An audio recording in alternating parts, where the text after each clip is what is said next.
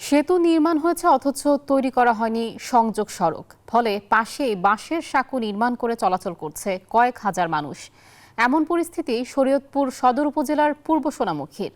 যাতায়াত ও কৃষিপণ্য পরিবহনে বেড়েছে ভোগান্তি, আর সাঁকো দিয়ে পারাপারে প্রায় ঘটছে দুর্ঘটনা। এলজিইডি বলছে ঠিকাদারি প্রতিষ্ঠানের সাথে কথা বলে নেওয়া হবে ব্যবস্থা। এভাবেই ঝুঁকি নিয়ে সাঁকো পারাপার হচ্ছে কোমলমতি শিক্ষার্থী ও স্থানীয়রা। একটু অসাবধানতায় যে কোনো মুহূর্তে ঘটতে পারে বড় ধরনের দুর্ঘটনা।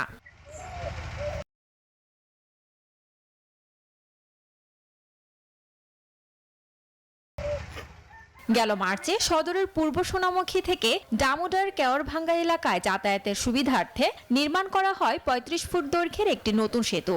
নির্মাণ কাজ শেষ করলেও সংযোগ সড়ক নির্মাণ না করেই বিল উত্তোলন করে নেয় ঠিকাদারি প্রতিষ্ঠান। আর সংযোগ সড়ক থেকে সেতুটি বিচ্ছিন্ন থাকায় চলাচল করছে না কোনো যানবাহন, ফলে বাঁশের সাঁকো দিয়ে ঝুঁকিতে পারাপার হতে হচ্ছে স্থানীয়দের। ব্রিজ বানিয়ে দিয়ে গেছে, কিন্তু ব্রিজের গোড়ায় মাটি দেয় না। আমি কদিন আগে পড়েও গেছি। ব্রিজটা দিছে, ব্রিজের গোড়ায় কোনো মাটি দেয় নাই, এই কারণে আমাদের অনেক কষ্ট হয়। ব্রিজটা তো ২৭টা মাস ধরে পড়ে রয়েছে, ব্রিজটা কাজ কুজ করে না, কেলিগা অনেক মানুষের দুর্ঘটনা ঘটছে। সংযোগ সড়কের অভাবে দীর্ঘ পথ ঘুরে পরিবহন করতে হয় কৃষিপণ্য। এতে অতিরিক্ত ব্যয়ের পাশাপাশি ভোগান্তি বেড়েছে স্থানীয় কৃষকদের। ওই পাশে আমাদের কৃষি জমি আছে, আমাদের সার নিতে হইলে অনেক দূর ঘুরে নিতে হয়, তাতে অনেক অসুবিধা আমাদের।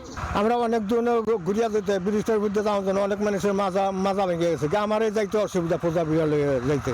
এদিকে ঠিকাদারি প্রতিষ্ঠানের সাথে কথা বলে সমস্যা সমাধানে দ্রুত পদক্ষেপ নেওয়ার আশ্বাস দিয়েছে এলজিইডি। বর্ষার সময় কাজ শেষ করার পরপরই বর্ষা শুরু হয়ে যায়, পানি চলে আসে, পানির মধ্যে তো মাটি দেওয়া যায় না। তো পানি শুকাইছে, ঠিকাদার ইচ্ছে করলে ১ সপ্তাহ আগে মাটি দিতে পারতো, দিচ্ছে না। আমার কথা হচ্ছে রবিবার থেকে ভেগো গাড়ি আসবে, রবিবারে মাটি দিয়ে দেবে।